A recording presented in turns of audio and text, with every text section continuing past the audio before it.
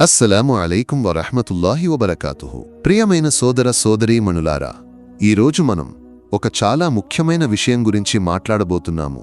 జన్నత్లో ప్రవేశించేవారి 4 లక్షణాలు.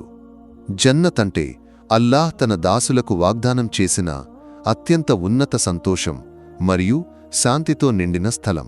కాని ఈ జన్నత్తులో ప్రవేశించడానికి అర్హులైన వారు ఎవరు? ఖుర్ఆన్ మరియు హదీస్ దీనికి స్పష్టమైన మార్గదర్శకాలను ఇస్తాయి. ఈరోజు 4 ప్రధాన లక్షణాల గురించి చర్చిద్దాం మరియు వాటిని మన జీవితంలో ఎలా అమలు చేయవచ్చో కూడా పరిశీలిద్దాం. మొదటి లక్షణం అల్లాహ్పై నిజమైన విశ్వాసం మరియు ఏక దైవారాధన. జన్నత్ తలుపులను తెరిచే మొదటి కీలి తౌహీద్.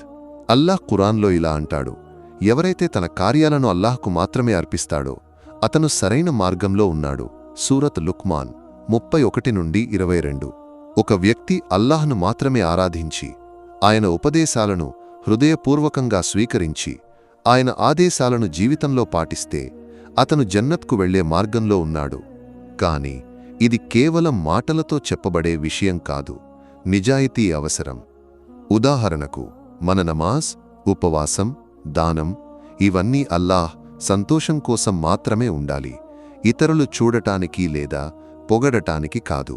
ఒక హదీస్లో నబీ సా ఇలా అన్నారు, ఎవరైతే తన కార్యంలో అల్లాహ్తో పాటు మరొకరిని భాగస్వామిగా చేస్తాడో అల్లాహ్ అతని కార్యాన్ని స్వీకరించడు. సహీహ్ ముస్లిం. కాబట్టి మన మనస్సును పరిశీలించాలి. మన కార్యాలు శుద్ధంగా ఉన్నాయా? అవి అల్లాహ్ కోసం మాత్రమే చేయబడుతున్నాయా? రెండవ లక్షణం మంచి స్వభావం మరియు ఇతరులపై కరుణ. జన్నత్లో ప్రవేశించేవారు ఇతరులతో కరుణతో మరియు న్యాయంతో వ్యవహరించేవారు. నబీ సా ఇలా అన్నారు, మంచి స్వభావం ఉన్నవారు జన్నతులో ఉన్నత స్థానాలను పొందుతారు. సహీహ్ బుఖారీ. మంచి స్వభావం అంటే ఏమిటి?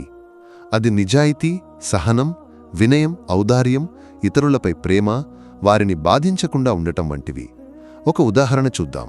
ఒక వ్యక్తి తన పొరుగువారితో కరుణతో వ్యవహరిస్తాడు, వారి అవసరాలను తీరుస్తాడు, వారిని సంతోషంగా ఉంచడానికి ప్రయత్నిస్తాడు. ఇది చిన్నగా అనిపించవచ్చు, కాని ఇటువంటి కార్యాలు అల్లాహ్ వద్ద పెద్ద పుణ్యాన్ని సంపాదిస్తాయి. నబీ సా ఇలా అన్నారు, నీ సోదరుడి ముఖంలో చిరునవ్వును తెప్పించడం కూడా ఒక దానం. తిర్మిది. కాబట్టి మన రోజువారీ జీవితంలో ఇతరులతో ఎలా వ్యవహరిస్తామో దానిపై శ్రద్ధ వహించాలి. ఒక కరుణామయమైన మాట, ఒక సహాయం, ఒక సహనం ఇవన్నీ జన్నత్కు వెళ్లే మెట్లు. మూడవ లక్షణం నిరంతర పశ్చాత్తాపం మరియు పాపాల నుండి విముక్తి.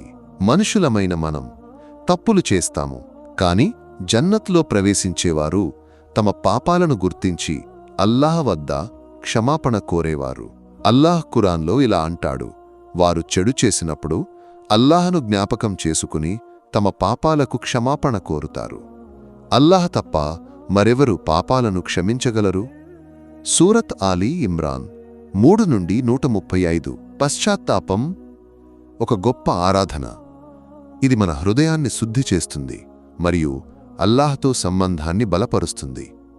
ఒక హదీస్లో నబీ సే ఇలా అన్నారు, ప్రతి మనిషి పాపం చేస్తాడు, కాని అత్యుత్తములు క్షమాపణ కోరి తిరిగి వచ్చేవారు. ఇబ్న్ మాజే. కాబట్టి ఒక తప్పు చేసిన వెంటనే అల్లాహ్ వద్ద క్షమాపణ కోరాలి. అస్తగ్ఫిరుల్లాహ్ అని చెప్పడాన్ని ఒక అలవాటుగా చేసుకోండి. ఇది మన పాపాలను తగ్గిస్తుంది మరియు జన్నత్ తలుపుకు దగ్గర చేస్తుంది. నాల్గవ లక్షణం మంచితనంలో మునిగిపోవడం మరియు సమాజం కోసం పనిచేయడం. జన్నత్లో ప్రవేశించేవారు తమ జీవితాన్ని మంచి కోసం ఉపయోగించేవారు. వారు తమ సమయం, డబ్బు, జ్ఞానాన్ని ఇతరులకు ఉపయోగకరంగా ఉండేలా ఉపయోగిస్తారు. అల్లాహ్ ఇలా అంటాడు, నీ ప్రభువు వాగ్దానం చేసిన జన్నత్ మంచి చేసేవారి కోసం సిద్ధం చేయబడింది. సూరత్ షూరా 42-22. మంచి పెద్దదైనా చిన్నదైనా కావచ్చు. ఒక పేదవానికి ఆహారం ఇవ్వడం, ఒక విద్యార్థికి బోధించడం, ఒక మస్జిద్ నిర్మాణంలో సహాయం చేయడం, లేదా ఒక మంచి సలహా ఇవ్వడం ఇవన్నీ మంచి యొక్క భాగాలు. నబీ సా ఇలా అన్నారు, నీ మరణం తర్వాత కూడా పుణ్యాన్ని ఇచ్చే 3 విషయాలు: నిరంతర దానం, ఉపయోగకరమైన జ్ఞానం, నీకోసం ప్రార్థించే మంచి సంతానం.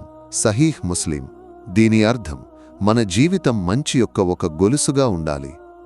ఒక చెట్టు నాటడం కూడా అది ఇతరులకు నీడను ఇచ్చే వరకు నీ పుణ్యాన్ని పెంచుతుంది. కాబట్టి మన చుట్టూ ఉన్నవారికి ఏ మంచి చేయగలమో ఆలోచిద్దాం. ఈ 4 లక్షణాలు నిజమైన విశ్వాసం, మంచి స్వభావం, పశ్చాత్తాపం, మంచితనంలో మునిగిపోవడం, ఇవి జన్నత్కు వెళ్లే మార్గాన్ని చూపిస్తాయి.